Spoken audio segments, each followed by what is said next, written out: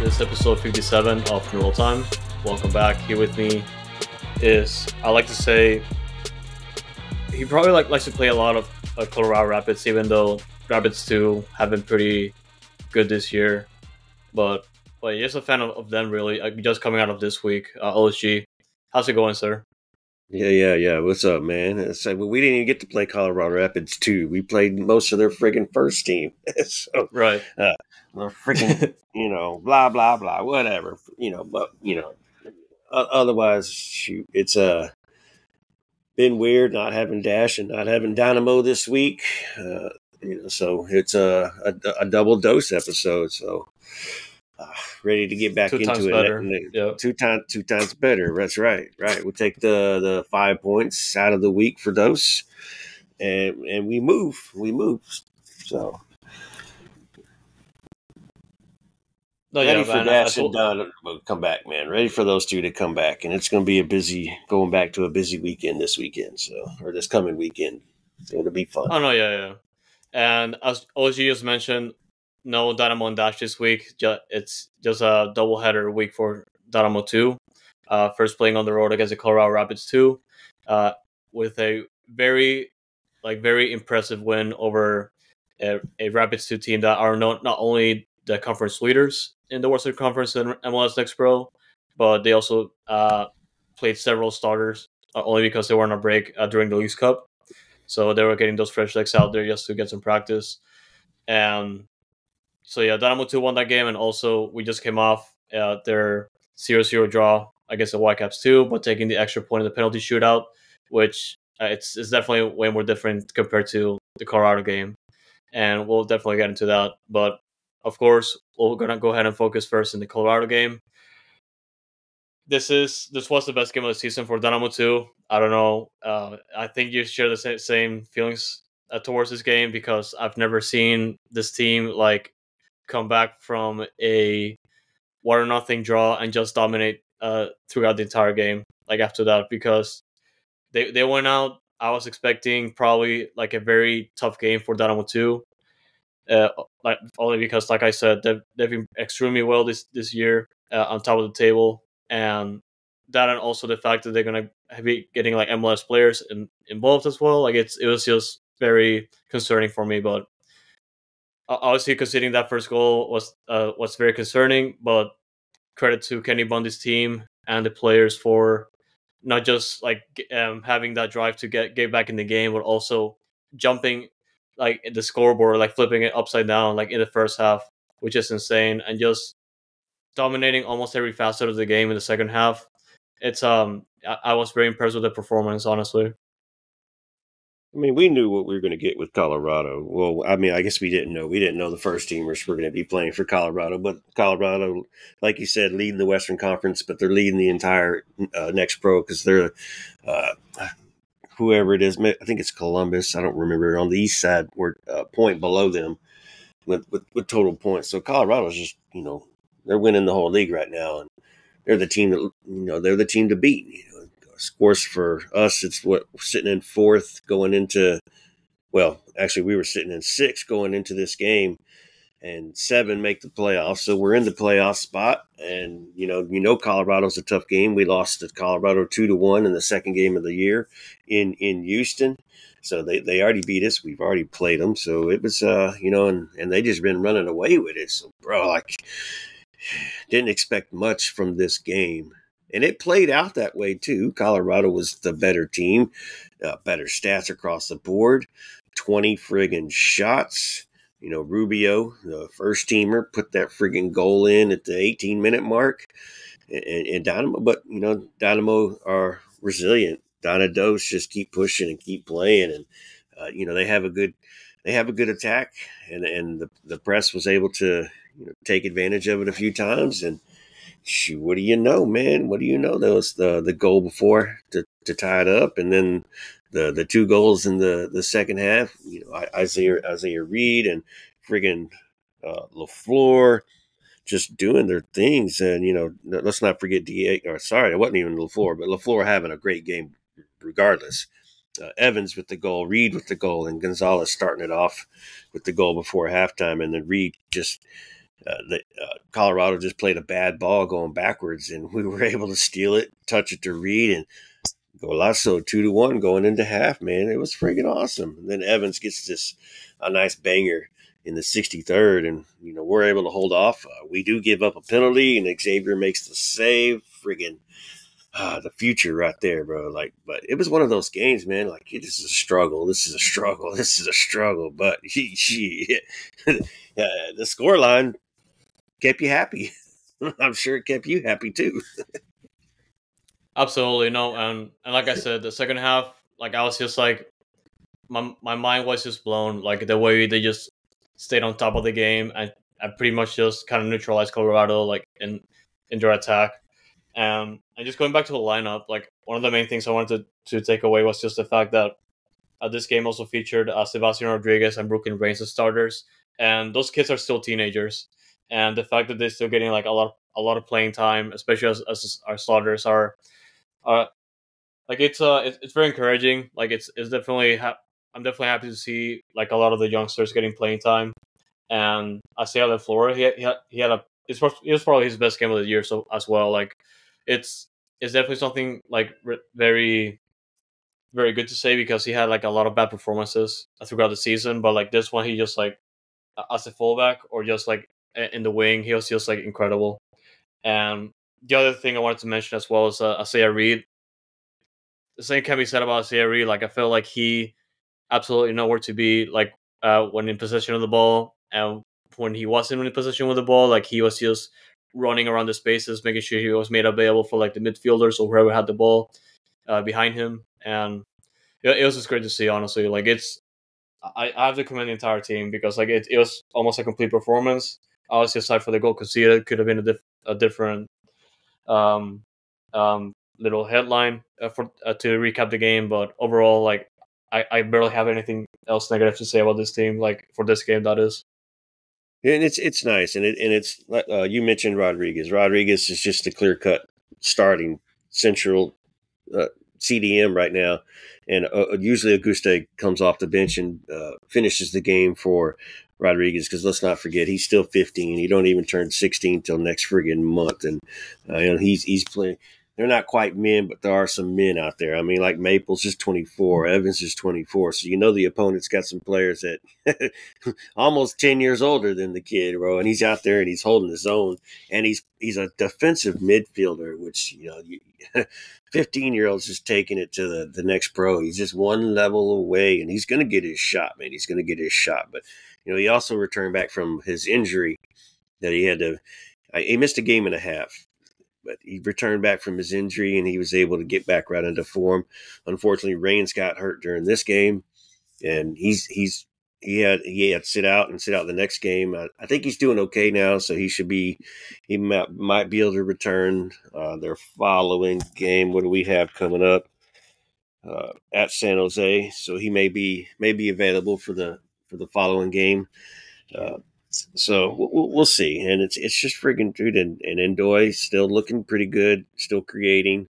Didn't get into the goal line this time, but like you said, Reed, who making us forget about Soto, Zeke Soto. Soto, yeah. Yeah, sorry Soto, but Reed's been taking advantage of his opportunity that he's been given, and he's been looking pretty good.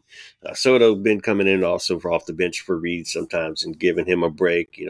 Lampman's been he's the clear partner for Maples, and he plays to a certain point in the game, and then Kenny Bundy calls for a sub and puts in one of his defensive wingers out there, and takes Lampman off and moves Morano into the middle with Maples, which is also another great partner. And he just shores it up there for the rest of the game and just makes sure that nothing's gonna happen. And Lampman's giving every bit of his heart and his energy, and that kid's having a hell of a time being 16 as well. So, bro, we do have some players out there for the future. Can we hold on to them?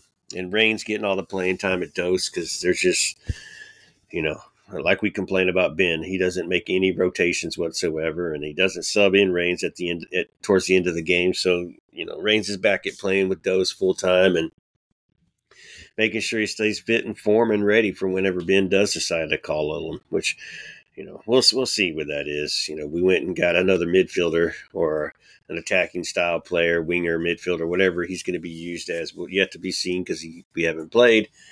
So yeah, it might be harder for Reigns to even get onto the field again this year for Dynamo. So just stick with Dose, brother, and to get us to the playoffs, and do your damnedest right there in the playoffs, and just keep holding it down, and you'll get your shot, man. You'll get your shot. We're telling Ben when we see him, let some of these boys play, So, but yeah, man, good in Colorado. They just kicked our butts the entire game, but we were able to take our opportunities for what they were and score some friggin' goals, bro, and just win the game 3-1. And I know Colorado's like, man, we let our first team come in here that sucks all year, and we're the ones killing it in the league, and they go and lose. Typical first teamers. God, that's the funniest. That's the funniest thing, bro. That's the funniest thing. Oh yeah, and I'm ready to move on to the next game, like only because there's just the Colorado game had a lot of positives, but I feel like there's just a lot more to talk about when it comes to the Whitecaps 2 game. Well, yeah, I mean, let's get into it because this was kind of the same story with Colorado, except for the opposite. We dominated this entire game. Well, the first half was a good battle going back and forth, and then the second half, Vancouver barely made it across our friggin' midline right there. Obviously, the scoreline be 0-0 for the final. It's but they look. Their keeper saved their butts today. Their keeper saved their butts. Yep. Tarble, who did start today, Tarble and Bradley Smith, as the announcer kept saying, and Chase Gasper. I don't even want to call Gasper a first teamer. They got starts. They got starts today.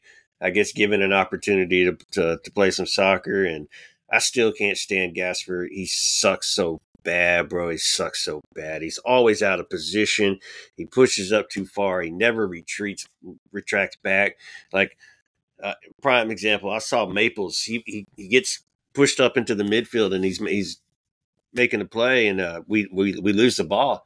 And Maples is running back, bro. But if you watch Gasper lose the ball, and he doesn't track back. He just walks back. Like, you're a defender. Get your butt back and defend, man. Don't. I can't stand Gasper. But back to the game, bro. Back to the game. So like you said, the lineups, man. It was just it was those were the only three that were really different. Besides Reigns being hurt. Oh yeah, Thor. I forgot about Thor. Thor even got to start because he was quiet until right before he was subbed out, where he hit the friggin' post. He couldn't pull the trigger well enough. I was waiting for that left-footed banger like he had against LA last year, and he didn't do it. I'm like, where's that left-footed banger? He tried to cut back and just walked himself into a trap. But I don't know. What were your thoughts on this game? No, yeah, I just had slightly more high expectations for a result here. Not only because we had like a handful of first teamers available this time around, but also the fact that Vancouver was coming out of. They haven't really won a game in like the last 7, if I recall correctly, and it was just a good opportunity to take advantage of that. But unfortunately, like it just looked a lot more like taking a lot of opportunities and still not capitalizing, which is unfortunately a trend that the first team is suffering, but not necessarily Dynamo 2, since they've only had like a couple of games where that was the case. But yeah, just going back to the stats, really, like it's pretty much just been like Dynamo 2 all night, because like compared to like in possession, like they had like barely almost 65%, and like even shots, like they had 23 shots and like 7 shots on target, compared to the 3 Vancouver had. Like even then, yeah. Shots technically at halftime, they were leading us in shots 7-6 in total shots. And what did you just say? They were 23-11 for us in favor. So Jesus Christ. I mean, like we said, we dominated the entire second half, 17-4 in the second half for shots. So yeah, you're making points there. Go ahead and keep on with your stats. No, yeah, and Vancouver definitely had the edge in the first half, and And just going back to like Chase Gasper, your favorite player for the first team, like it was just disappointing because it really upsets me that he doesn't track back efficiently, like after losing the ball. And as a defender, you're not supposed to do that if you want to be effective. But well, yeah, it was just bad for me in the first half. The second half, a different story for sure, but it was more, like I said, another one of those games where they just weren't able to capitalize. Shoot.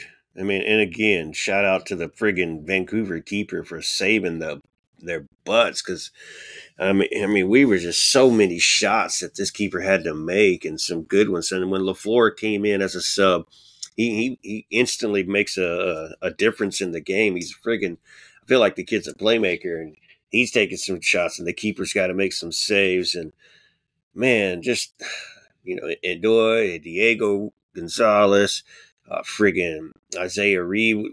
Just take because Reed came on for Thor later. Even Thor had a couple of good opportunities. Thor hit the friggin' crossbar. Like, bro, like it's just.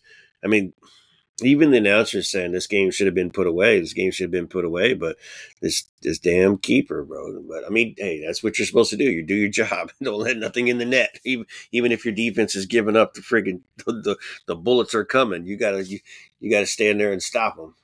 But damn, it's nuts, bro. And like you mentioning the stats, 400 passes to 190 passes. Accurate passes. That's just accurate passes. That's not even total passes. So that tells you how much possession we had in the friggin' second half. Here's one that stands out to let you know how how the hell we still had zero on the scoreboard. Of the 23 shots we took, 18 of them were inside the box. So we're getting into the range and we're taking those shots right there, bro. Like hit the woodwork once and only blocked 4. So 18 shots right there in the box. It's just the damn keeper, bro. The damn keeper. God dang, man, that fool. But hey, credit to him. He had a good game. And Tarble didn't have a bad game. He had to make a couple saves himself today. And then I thought right before the end of regulation, Vancouver did a Dorsey, and he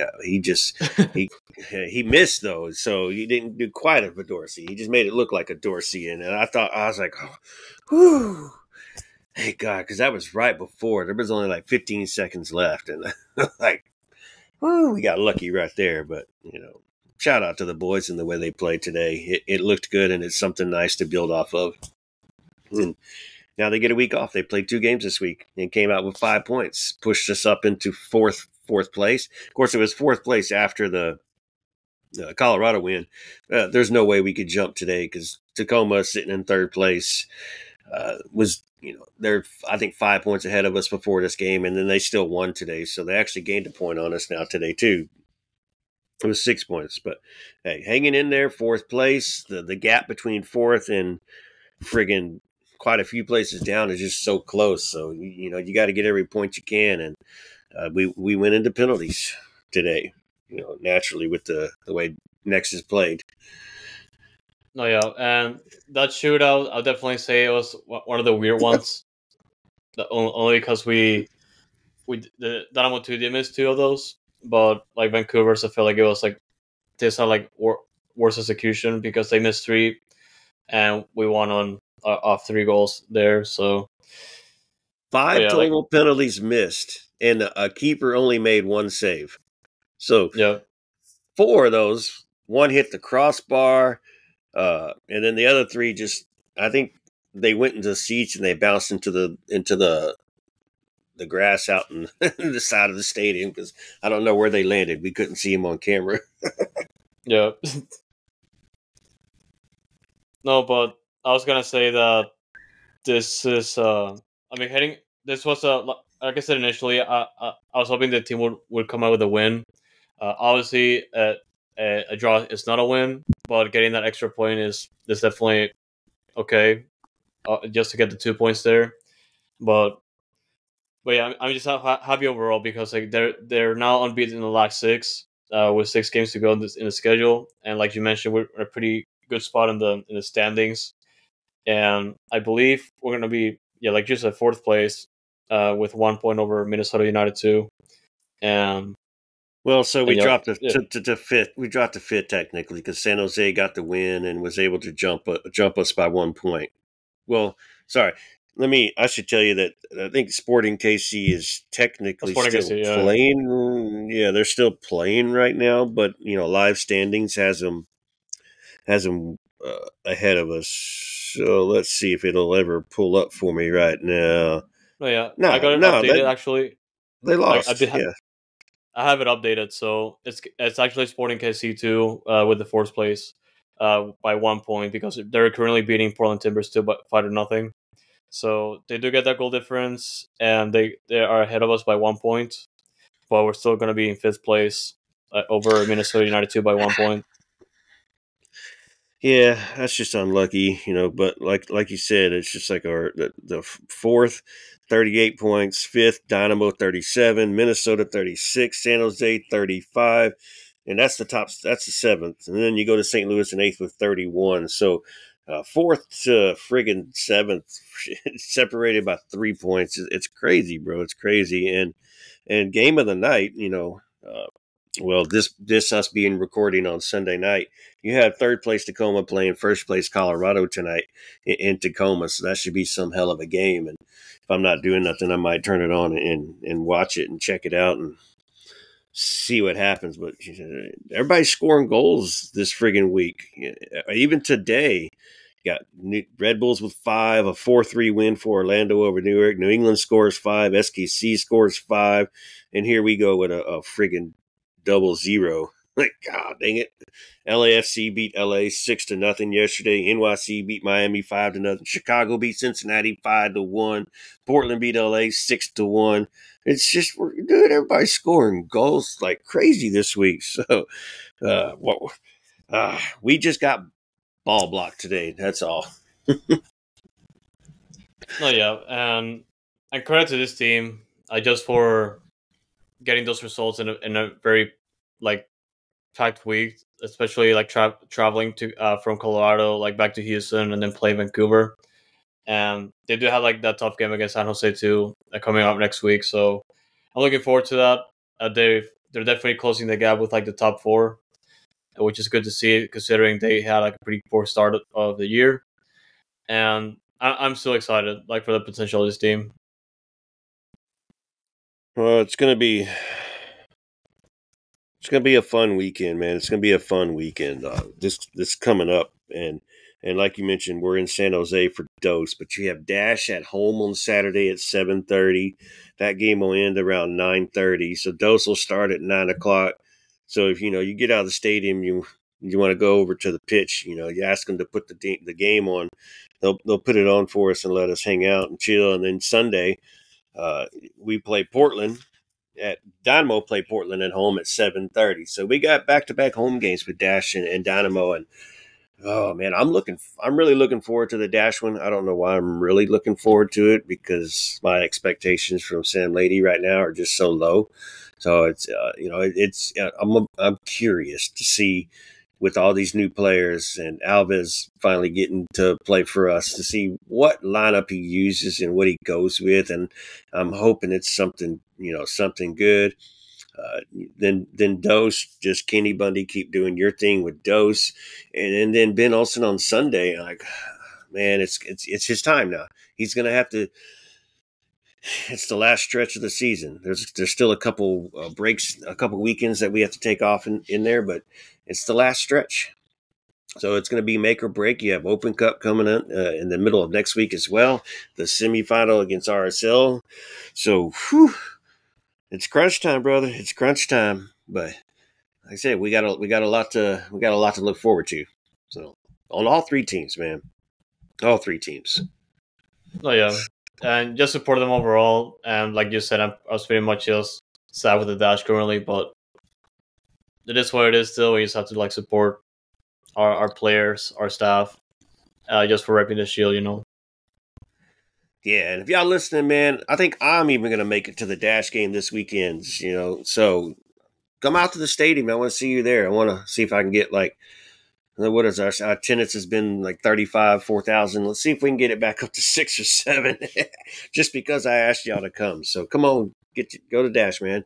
if you're a season ticket holder and you probably haven't been to Dash this year, call your rep and get you a complimentary one. Otherwise, tickets are friggin' $12 anyways. So, wow, it's so expensive to go to a Dash game. So, come on. Well, where I sit in the supporter section, which I don't sit anyways. But so get your butts out there, go support the Dash, and then remember Dynamo's on Sunday, so you need to return back to the stadium. Only Sunday game of the year. They did that because Leagues Cup is ending, so they wanted to make sure that they had the time off and was ready to come back and play with a little bit of a break. So we got the break because we got eliminated, and doesn't look like they're doing any scrimmage or anything in the meantime. I know Dash did a scrimmage yesterday, but we didn't hear anything about it. Not even a tweet about it. No friggin' video about it. No nothing. So it's crazy. But going back to the Dash, I did see Diana Ordonez, since I follow some of the Dash players on TikTok. Her, Maria Sanchez, Barb Oliveri, and Emily Alvarado all hanging out together, and just they took us through the day off for the Dash, and it happened to be a Dynamo game day too, where when we played Pachuca, so they got to see that game, and it was nice to see all them hanging out together and just chilling on their day off. When it was cool. So, but like I said, get your butts there. I want to see y'all there. Oh yeah, guys. I didn't expect this episode to go like this short, but of course, since we're only talking about Dynamo 2 and not much else to talk about, like it's expected. But like we always say, we'd appreciate your continued support and tuning into all our episodes and our content. And just really, guys, thank you so much. We're forever orange. Yes, for sir. those on the video, I moved out of this way so you can see the poster right there. Forever Orange. So listen to the audio. That's what that was for. Forever Orange.